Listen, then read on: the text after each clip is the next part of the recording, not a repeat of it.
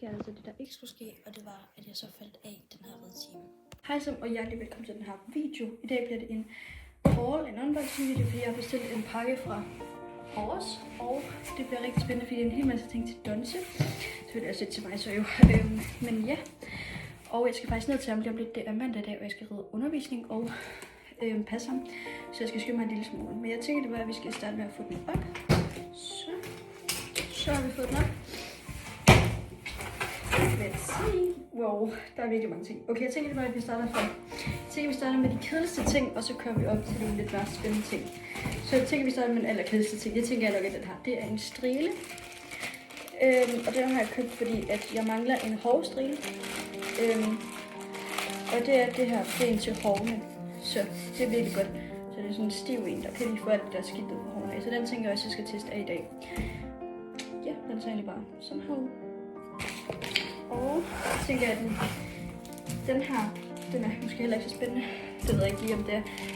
Den her, fordi at den jeg har haft, jeg har brugt til stævnet her med Donse, den er simpelthen gået i stykker. Da jeg skulle have den af der sidste dag, så gik den helt i stykker. Så nu har jeg altså købt en til næste gang, jeg skal til stævne. Og det er egentlig bare sådan en, den minder ret meget om den anden også.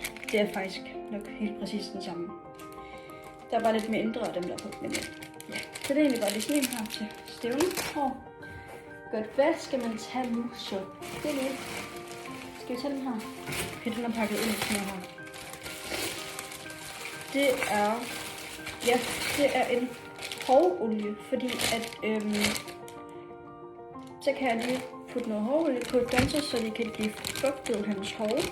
Tænker jeg, det kunne være en god idé, så jeg så købt den her. Ja, det tror jeg ikke lige, jeg vil åbne, fordi det er nok meget slimet stav. Okay, så åbner jeg den alligevel. Jeg skal lige se her. Det er sådan lidt klammer. Ja, det kan være, at jeg måske tester det her i dag. Det tænker jeg gør. Godt, skal vi tage den næste? Nu kommer de lidt mere spændende ting. Det var sådan lidt mere sådan nogle lidt små ting, jeg manglede. Ja. Okay, den her er jeg faktisk virkelig glad for, fordi jeg har manglet en hårolie. Og lad os gå videre. Nu kommer der en meget spændende ting, tror jeg. Okay, det er en hud.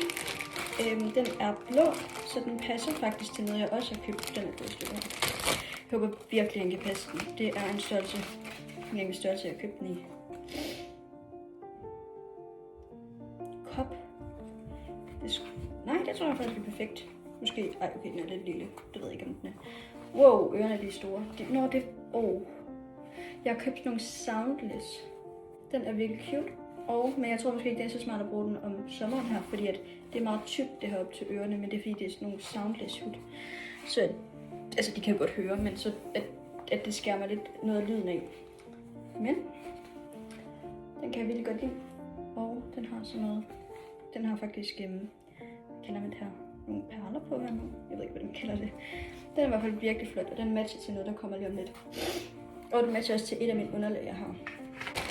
Det her, det er en grime, faktisk. Fordi at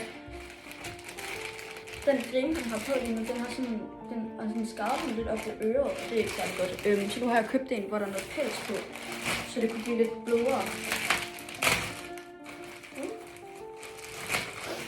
Og okay, der følger faktisk et træktum med. Nå, fedt nok.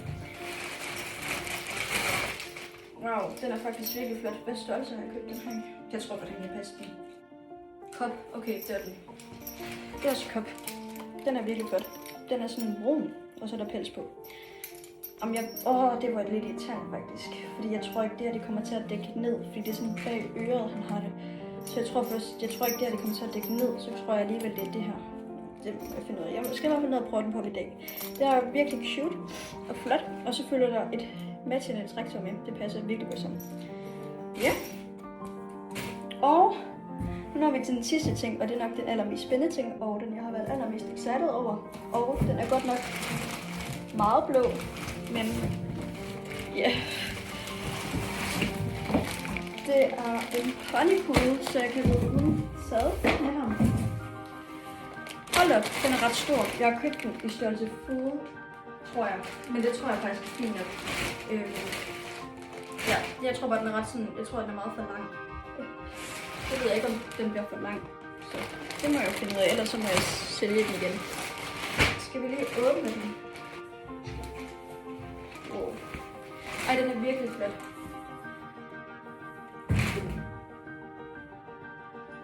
De er meget forvirret, om den er alt for stor. Hvis den er alt for stor, ikke? Det er altså ikke særlig fedt. Men jeg tror egentlig godt, det her, altså sådan heroppe, så det sæde, det passer fint. Men jeg tror, det er for langt. Det her, jeg tror, den kommer til at gå sådan ned under maven på mig. Det må jeg finde ud af i dag. Ja, den er jeg virkelig glad for, for så kan jeg ride meget mere uden sadel. Og så kan det var faktisk den eneste farve, ellers så var der sådan en skrigelysrød, og så var der den her, så det var lige den, jeg bedst kunne lide. Det passer jo ret godt sammen, sådan okay. Yes. Ja. Det var simpelthen mit haul, men den her video, den kører altså videre, fordi at jeg skal ned på ridskolen og prøve det nu. Jeg fik det så at være på cyklen, det ser bare ikke særlig godt ud, det her. Jeg ved ikke lige, jeg tror i hvert fald ikke det rører i hvert fald ikke nogen steder, håber jeg. Ej, ja. Og så har jeg resten af tingene her.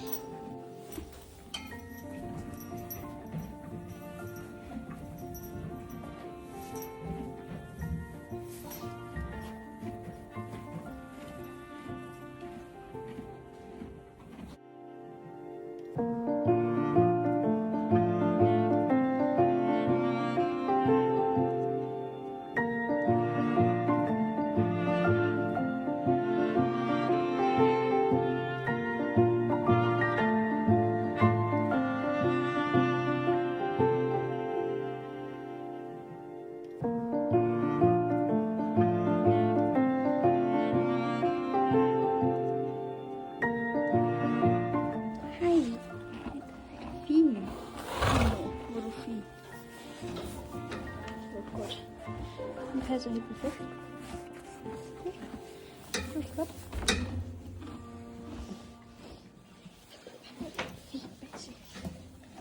Så kommer vi så til ridetimen, hvor jeg så skal ud og ride, og der har jeg tænkt mig at ride med pony på, fordi vi skal lave sådan noget agility nu. Der kommer lige nogle dårlige videoer ind ham, det er fordi at jeg filmer, mens jeg rider. Donse, han var rigtig sød, så det har jeg aldrig prøvet det her før med ham. Vi skulle lave agility, og han var fuldstændig ligeglad med mega mange ting. Der var sådan alt muligt, man skulle gå igennem og sådan nogle ting. Og sådan nogle rød plastik ting. Og han var fuldstændig ligeglad med det. Også den her præsending, den kan han bare gå over, og det er jeg mega stolt af. Og ja, der er mange ting. Den her for eksempel den her kæmpe røde, lyserøde bamse, den er han også ligeglad med. Den snuser han bare til. Så ja, det er jeg virkelig stolt af ham over. Og her opdagede jeg lige, hvor beskidte fingre jeg havde. Det var sådan lidt pinligt.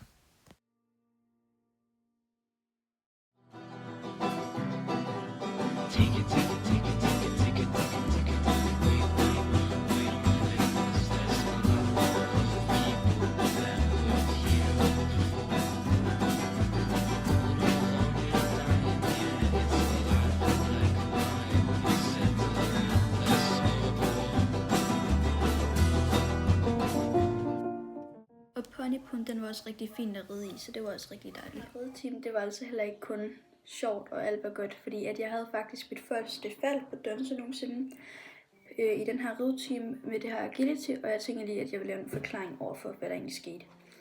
Så det her, det kun lige det her, det var sådan en video, jeg lige havde af det, hvor jeg lige gik igennem det. Det var her, den her forhindring, det skete. Det er lige her, lige kom et billede af det. Det var et meget dårligt billede, men det er fordi, jeg filmede med, så det kunne lige tage et screenshot. Jeg skal igennem den der, og jeg har gået igennem den mange gange, og han er ligeglad med den. Han tager det egentlig rigtig fint, og så ved jeg ikke, hvad der sker. Men den er sådan skrå, sådan her, så der er sådan et sted, hvor den er høj, og så der er den lavt sted. Jeg tænker, at jeg vil gå ind i det høje sted, sjovt nok, fordi at så skal jeg ikke bukke mig, gøre sådan her, så gør det nemt for os begge, at vi bare tager det høje sted. Så ved jeg ikke, hvad han laver, men så går han sådan, så snubler han sådan, og så går han over til det lave sted. Og der kan jeg så ikke komme igennem, fordi det er meget lavt. Så det er kun lige Donse, der kan komme igennem, men så sådan går den der her til mig.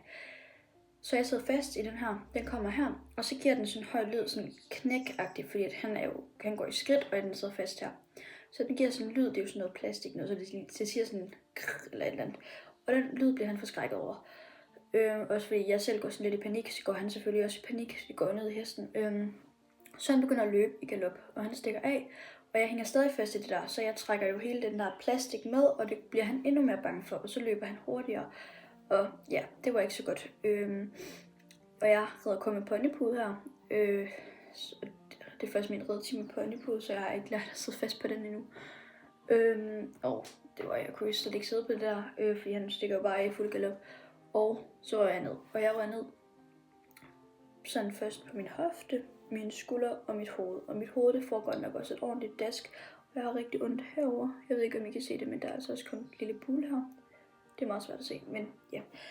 Og jeg har lidt ondt i min nakke og sådan nogle steder, men der er ikke sket noget, fordi at jeg er helt okay igen, og jeg kan sagtens op og gå og sådan noget, så vi er begge så rigtig okay igen. Det var bare en rigtig træls oplevelse, hvor det var vores sidste ridetime inden sommerferien. Men udover det, så var han altså virkelig sej, og jeg er virkelig stolt af, at han bare var fuldstændig ligeglad med nogle ting, og vi gik også over sådan en palle, der lå. Den kunne han også bare gå over og var ligeglad med, så det er jeg rigtig glad for. Ja, det var lige en forklaring, fordi at jeg har altså haft mit allerførste fald på Donse. Men ja, tusind tak fordi I så med i den her video. Jeg håber, I kunne lide den her video, der var lidt over nogle dage. Ja, og så ses vi egentlig bare i min næste video.